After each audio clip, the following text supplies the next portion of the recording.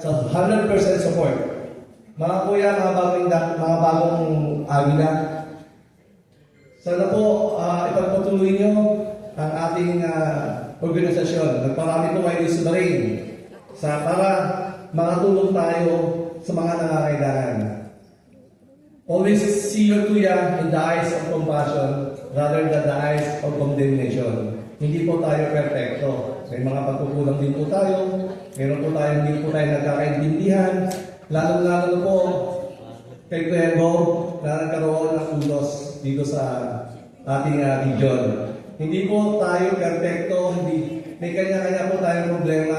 Sana po yung organisasyon natin ay huwag natin idamay. Lagi natin titignan ang kabutihan. Lagi po natin susundin ang kabutihan. Hindi po tayo magkakamali kapag kabutihan ang ating sinunod.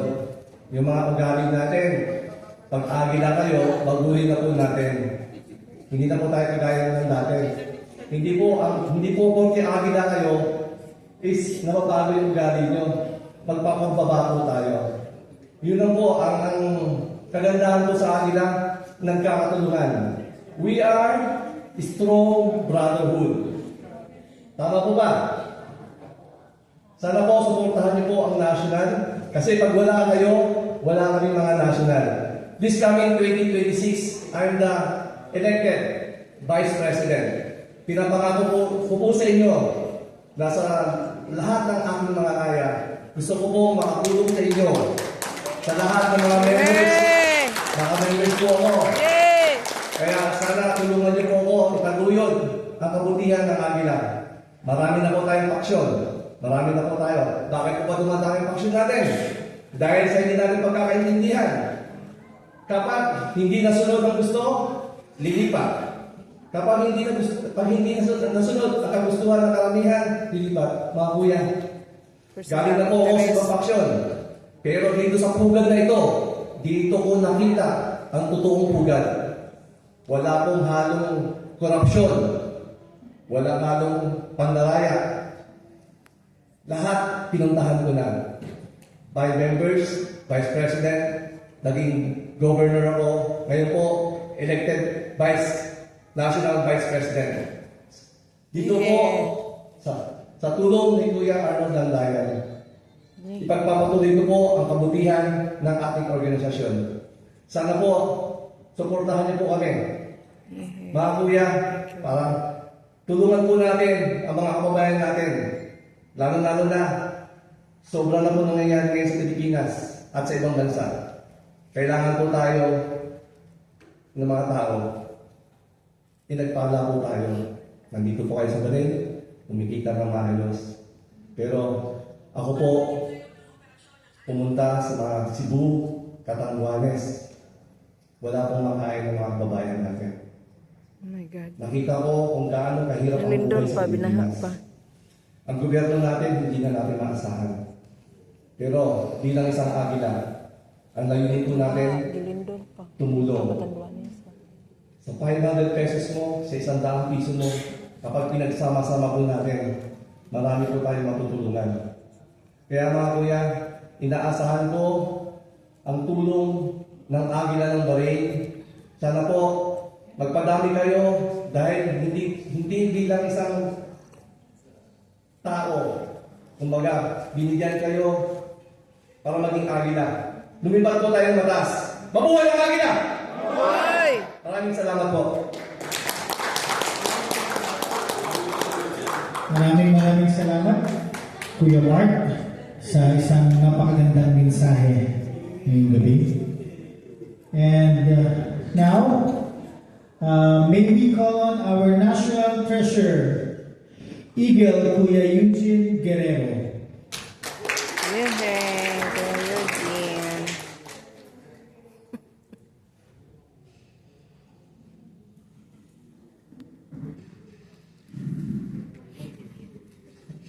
Good afternoon to everyone.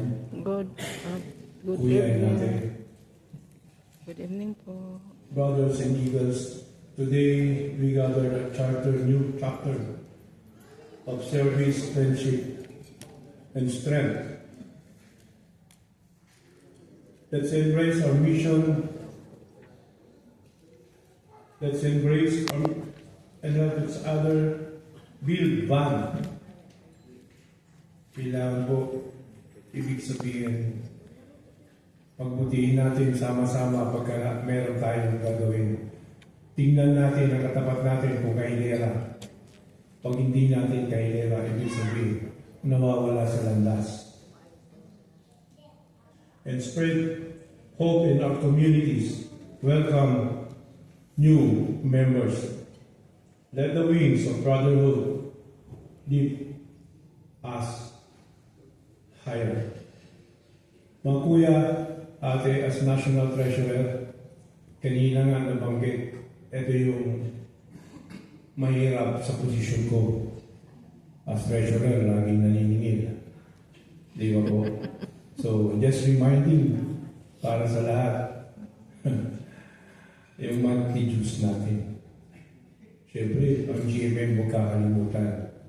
Kailangan po tayo, pag nagpatawag ang President, mayroon tayong General Membership Meeting. Please attend. Dahil pagka mamaya, mayroon na pag-usapan yung absent, hindi ko alam yan. Paano nangyari nun? Sorry, your excuse. Kasi hindi ka umattend, ibig sabihin, baliwala lang sa'yo yung tawag. So sana hindi ka na lang sumali sa grupo. Nakakaya, no? Pero minsan ako po talagang nahiya pag naniningil. Well, Pres, bakit wala pa tayo yung ano? Hindi pa nagbigay yung dalawa eh, kulang eh. And I'm sorry po talaga. Ito po gusto ko talaga. Kailangan ilagay nyo sa dibdib. Now, dahil naindak kayo ngayon, this 2025, your 2026, exempted na kayo. You'll carry 2026 member. So, palalahanin lang natin yung monthly na pinagkasunduan nung nandun kayo sa Paypays. Tama po ba? Tama po ba, mahina? Ano ibig sabihin niya? May magbibigay. May hindi. Pero karamihan, sana po dito naman, nandito kayo sa Marine. Hindi naman para maayos na trabaho, pero pinasukan nyo. Kasi ngayon, iba na kayo. Para ka pumasok sa politika. Bakit nyo pa pinasukan ito, mga kuya? Kasi gusto nyo rin tumulong. Tama po ba? Mahina talaga. Yan. Pero gusto ko, ibig sabihin yan, pagkasama-sama, yan ang lagkit ng samahan. Pag kumain ka, ibig sabihin, pag may party, di ba, una-una inahain yung malagkit na pagkain. Tapos may kasunod na matamis para makapit.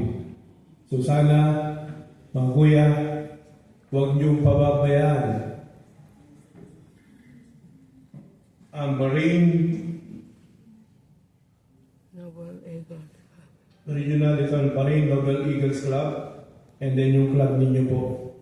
Lalong-lalo na po kaya Pres Dino and Ate Banji. So, yun lang po mga kuya. Ako po yung treasurer, nag-remind lang ng mga babayarin. Totoo, nahiya po ako maningil. Ang sinisingil ko rito, ang presidente, ang governor. Kaya po, pinaparating ko na po sa inyo maaga pa na. Salamat po! Abo Aguila!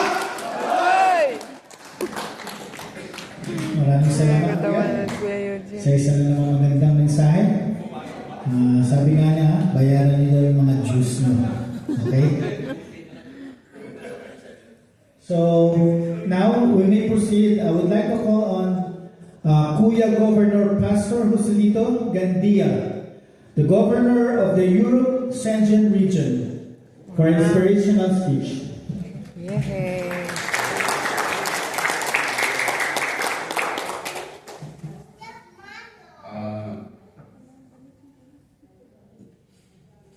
Mabuhay po ang Agila dito po sa Bahrain. Nabuhay. Siguro po magtataka po tayo to our National President, Kuya Arnold Landayan, at sa lahat po ng mga ating pong Governor, Kuya Emilio Somporno, at ating Somporno. newly club President Timo Lanipa. And to everyone, kami po ay nakikigala sa inyong bagong created club na Chartered. nagkaroon po tayo ng ganitong oportunidad. Siguro po magtataka po tayo, bakit ang katulad namin ay sumati? Mag-happy na po kami. We are holding a very successful ministry sa aming po community, composed of many different nations, lalo-lalo po mga Italians. And yet, hindi ko po matitiis na hindi ibahagi ang aming kaalaman, lalo na po sa larangan po ng leadership, na yun po ang natutuhan ko. From a small beginning, from Bicol region, ang tatay ko po ay farmer, at kami po ay narisa. Bicol. Mahirap lamang, pero wala pong mahirap pag tayo po ay determinado sa ating ginagawa. I would like to encourage sa ating po mga kuya and ate, sa dami po ng dinaanan namin, hindi nyo kailangan daanan ang dinaanan namin mag-asawa. Nang kami po ay nag-join, it took us 2 years bago po kami nag-charter. Ako po. Tagal. At ayaw nga po ng ating pastora, sabi niya, bakit ka sasali dyan? Ano na lang ang iisipin ng community? Kasi ako po ay kilala sa Milan bilang isa sa mga leader sa religious sector. I am the senior pastor, ordained po ako. Hindi lang po yan, kilala po ako sa Italy ng mga leaders, especially the Italian. Bakit naman po, all of a sudden, ako po ay sumabi pa sa Philippine Eagle. Kasi po, hindi ko po nakakalimutan ang kasabihan po natin, ang hindi marunong lumingon sa pinanggalingan, hindi makakarating sa paruroonan. So one of the way na ako po yung lumingon is to impart, to share my knowledge sa larangan po ng pamumuno sa Philippine Eagle. I would like to encourage po tayo nandito, o ikaw ay opisya lang, bali hindi ka presidente, lahat po tayo sama-sama. At naniniwala po ako kung paano po nangyari sa amin. Ang dami pong bagyong dumating, ako po ay sanay. Kasi ang unang tinatamaan ng bagyo ay sa Bicol region. Ako po ay from Bicol. Sanay na po kami sa bagyo.